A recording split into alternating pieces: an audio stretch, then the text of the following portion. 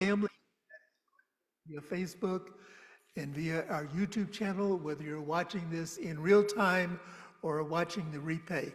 Know that we love you and we are grateful that you are part of our spiritual community.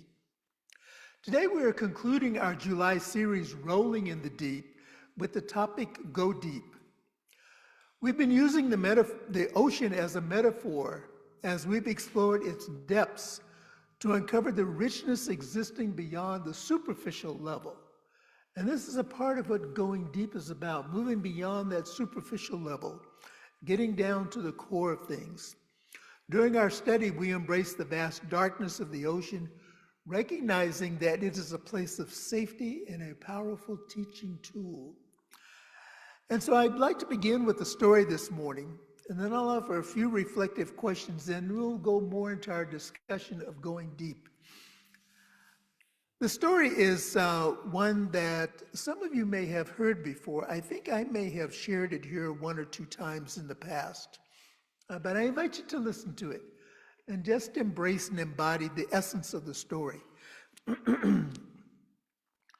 At the dedication of a church, a young minister recited the 23rd Psalm. The Lord is my shepherd, I shall not want. He maketh me to lie down in green pastures. He restoreth my soul. His recital was flawless, every word perfect. And when he finished, the audience was visibly impressed and even applauded. Then a member of the congregation stood and asked if the church's beloved elderly minister could also recite the 23rd Psalm. The older minister, somewhat surprised by the request, nevertheless rose to his feet and recited the psalm. His delivery was not nearly as eloquent as the younger minister. He stumbled over a few words here and there. His voice cracked, and it was clear that he was not skilled as an elocutionist. When he finished, however, the room was silent. No applause. However, there was not a dry eye in the house. Everyone was deeply moved. The congregant sitting in the back of the sanctuary leaned over to a friend and said, I don't understand. The younger minister's delivery was perfect, and he was applauded when he finished. But the older minister, he kind of messed up the psalm, and yet the people were so moved. The friend, wiping a tear from his eye, said, it's about depth. The younger minister knows the psalm. The older minister knows the shepherd. I get a little choked up each time I read that. It's that place of going deep. It's that place of knowing what we know. Sometimes we hear the expression, I know that I know that I know. And so some reflective questions I would ask us to consider this morning is, what does it take to go deep, to go below the surface of current events, social media reactions, and the other distractions that we're continually bombarded with? And what would allow us to look at what is under our actions? And then, is it possible to know both the psalm and the shepherd as we go deep? Ernest Holmes offers this for our reflection. And he wrote this in the book, Take the High Road to Happiness. The wick of your individual life runs deep into the oil of pure being. No matter what confusion appears on the surface of your life, there is always a place of calm at the center of your being. No matter how turbulent the waves may be on the ocean of your experience, beneath there is changeless peace. Changeless peace. The teachings of Ernest Holmes in Science of Mind invite us to go inward, to step into the deep, vast to the vast depths that are within us, and to recognize that beneath every reaction is a pattern. Beneath every pattern is a belief. And beneath every belief is a longing for connection, meaning, and wholeness. We are each part of the one universal mind. And so when we gather in spiritual community, as we are doing at this particular moment, we drop the armor and we become vulnerable and recognize our divinity. We allow ourselves to dive deep within the confines of our own soul without being crushed by the weight of someone else's expectations. This is the place where we come to be free with one another. Oftentimes, spiritual community has been referred to as a spiritual hospital. It's where we bring our seeming woundedness and recognize that those wounds are merely little reminders, little pop quizzes, if you will, that remind us of our divinity, that remind us of our wholeness, that remind us of the essence of who we are. This month, we have leaned into the writings of Alexis Pauline Gumbs in the book Undrowned, Black Feminist Lessons for Marine Mammals. And in this book, Gumbs offers some challenges and encourages us to dive deeper. And she writes this about the ocean. The depth of the ocean, there is a, let me restart. There is a depth of ocean about 300 to 400 miles deep that is thick with life. During World War II, sonar operations thought they had detected the bottom of the ocean. However, it was not the bottom. It was a bajillion tiny swimming bladders reflecting their sonar back to them. And what is a swim bladder? It is an air-filled organism that fish have, which allows them to ballast and to maintain their depth. And so how does that apply to us? With all of the noise that bounces off of our lives, how do we stay deep when distractions distract us? How do we keep our swim bladder level so that we don't float out of the school formation of our spiritual awareness and our spiritual truth?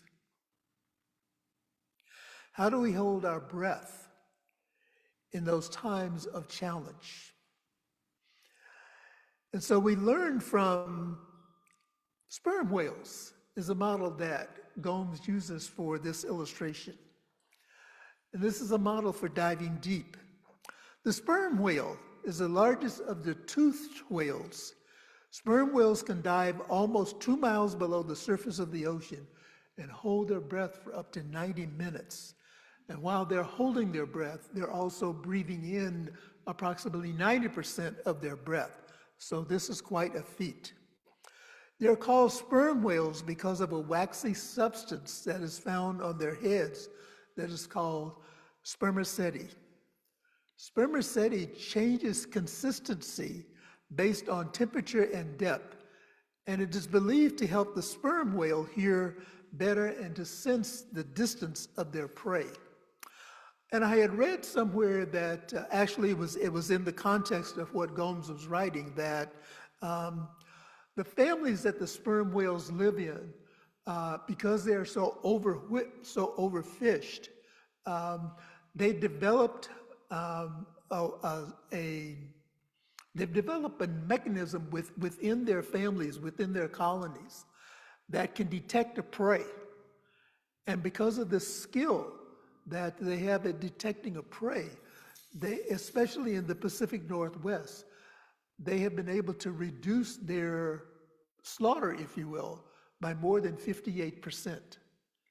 So that, for me, also says that we have within each and every one of us that depth, that awareness, that internal alert system that warns us when something is amiss. And a side note, The spermaceti, which the sperm whales produce, is used in the production of oil and cosmetics. And this is something that has led to its vast destruction. And so I'm always looking for something that is in alignment with the teachings of science of mind. And so Gomes in this book offers these examples of what we can learn from sperm whales. And I believe that it is right in alignment with our teaching. The first she offers is to just breathe. Breath is important. Sperm whales can replace 90% of their breath in one breath, as I mentioned earlier. Breathing is likened to physical and mental health. Pay attention to how you breathe. When we get stressed, our breathing tends to become shallow and rushed. It is an opportunity to slow down and to breathe deep. The second example offered is to take responsibility for your forehead. Sperm whales adjust their wax depending on the situation. And so the question is, how aware of we are what goes on in our head, those internal voices that we're listening to? By getting quiet and diving deeper into our own inner resources, we have the opportunity to examine and re-examine our priorities. We become intentional with our thoughts. The second lesson is to hush. Sperm whales can surface with barely a ripple, saving their energy for diving deep. And so the question is, how do we manage our energy? How deeply do we go into our inner resources? How deeply do we re-examine our priorities? The fourth lesson is to be flexible. Sperm whales dive in the ocean where the pressure is great.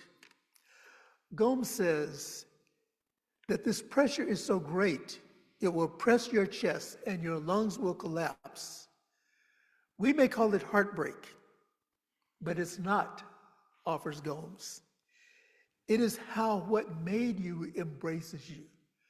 This is where, going back to our story, this is where we experience the touch of the shepherd, that which made us, that which sustains us, and that which supports us. And so we're invited to be flexible in being kind with ourselves first, and to be kind with others in the midst of change. It's how we embrace our depths that is important. The fifth example she offers is to be specific in your actions. Let your practice facilitate depth. It will be there when you need it. Practice is important, and this is something that we continually emphasize, is our spiritual practices. And these are, if you look at it as a spiritual tool chest, these are the tools that we have access to that are always a part of who we are. We take them wherever we go. They don't require any additional packaging or baggage or special wrapping, or they don't need clearance to go through the TSA monitors if you're flying, or the whatever local monitor you may be going through that is testing for weapons or contraband. Our spiritual practices and principles are that which we embody. And those are our affirmations, our meditation, our contemplation, our time of prayer. And they don't have to be confined to a specific time and place. We move to the point where we are so deep in our spiritual principles that they're just automatically a part of who we are. We've heard the expression that every breath is a prayer, and that the only prayer that needs to be uttered is thank you, and that is enough. So sometimes in those, at least for me, sometimes when I'm in the midst of what seems to be a crisis, when I remember to engage brain before engaging mouth, I move into that deep that says, thank you for what I am to learn and to grow from in this experience. Now, it is not an overnight journey. It is a journey of continual practice, continual trial and error, continual perfecting. But it becomes second nature and supports us. It's a foundation that supports us in times of change. And then the final item that Gums offers is to listen, to be still and know. This can be our deepest practice. Stop doing and listen to the calling of your heart and soul. Remember, we are spiritual beings. We're not humans doing. We are spiritual beings experiencing a human experience. Listen as deep calls to deep. In the stillness, it is possible to access your own inner verse and hear the still, small voice. And so the spiritual reflection and the call to action that I offer in conclusion this morning is a reminder that in a world that rewards spirit, in a world that rewards speed, unlike the older minister, in a world that rewards speed, performance, and surface level certainty, the spiritual path invites us to go deeper, to listen beneath the noise, to notice what drives our choices, and to reconnect with the deeper truth of who we are as spiritual beings. We tap into the wisdom passed down through the generations, and we share those patterns which no longer serve us. And we hear what I heard someone refer to recently. We hear the grandmother's wisdom that is saying, sit yourself down and talk to God. Tell him what's on your mind. And so I reframe that in the New Thought language. Sit down and talk to your inner essence.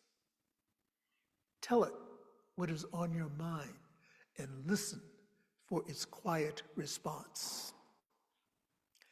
And I conclude with this thought from Ernest Holmes in the book, This Thing Called Life. And he says, we must learn to live by inspiration. We should let the spiritual depths of our being flow through our conversation and into our acts. Living by inspiration does not make the intellect an instrument of the Spirit. We're to become artists in living, to sense the divine touch in everything, to enter into the spirit of things, and to enter into the joy of living. And so as we go deep, we embrace the joy of living. And I invite us now to say together our affirmation for the week, and we will say it 2 times. The words are on our monitor. I live by inspiration, listening to what is calling me to go deeper.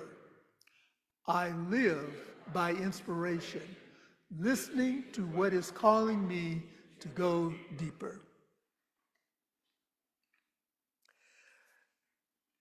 And as we pray together, I invite us to go back to the opening song that Amber offered for us by Daniel Nahmod. Get ready, my soul. Get ready, my soul, to go deeper into God's love. Get ready, my soul, to be present for the activities of this eternal moment of now. Get ready, my soul, to express gratitude in every single area of my life for everything that is a part of this experience on this journey. And in essence, my soul is always ready. It is always ready because I am one with the essence. I am with the source of all that there is. the source that is the one life, the one power, the one presence, the one essence. I live, move, and have the very beingness of my life as an expression of source, an expression of the divine, however it is that we recognize and connect with that which we identify as creator. It's not about the words. It's about the feeling. It's about being in that place of knowing that I know what I know. And what I know is that the presence of spirit in my life is greater than any other circumstances that are outside of my life. And so as I go deeper into the awareness of God's love for me, I know that everything is unfolding in my life in divine, right, and perfect order. Even when it does not look like it in the moment, it is unfolding in divine, right, and perfect order. And as I declare this truth for myself, I embrace this truth for all people and all beings in all places and at all times.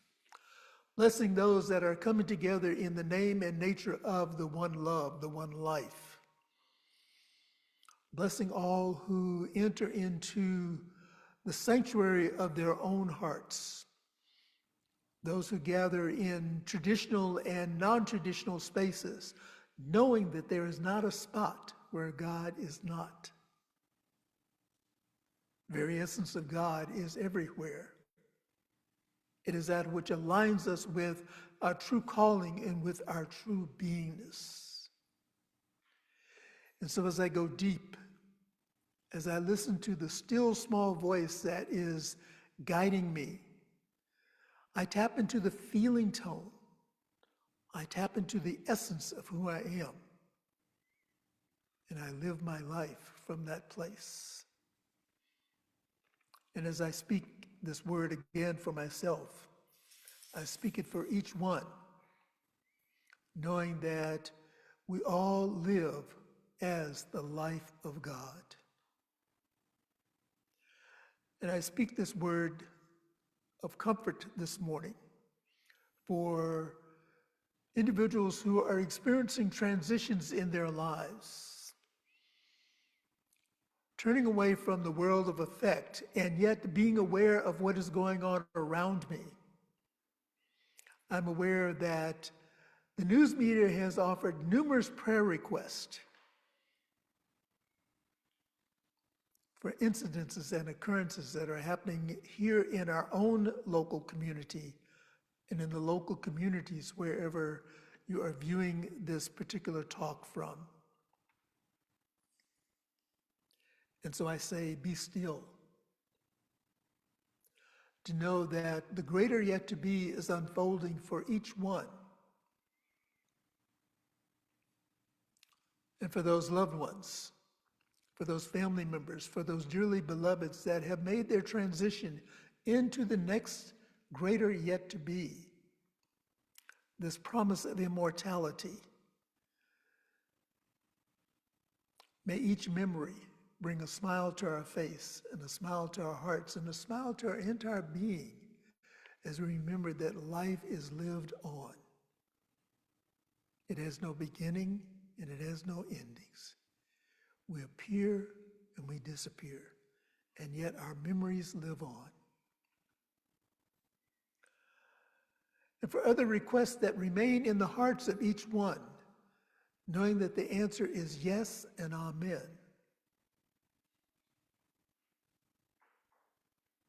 And for this and so much more, I am eternally grateful.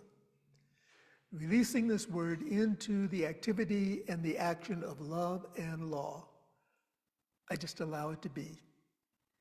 And if any of what I have said resonates with you in any way, I invite you to join me in saying, and so it is, and so it is.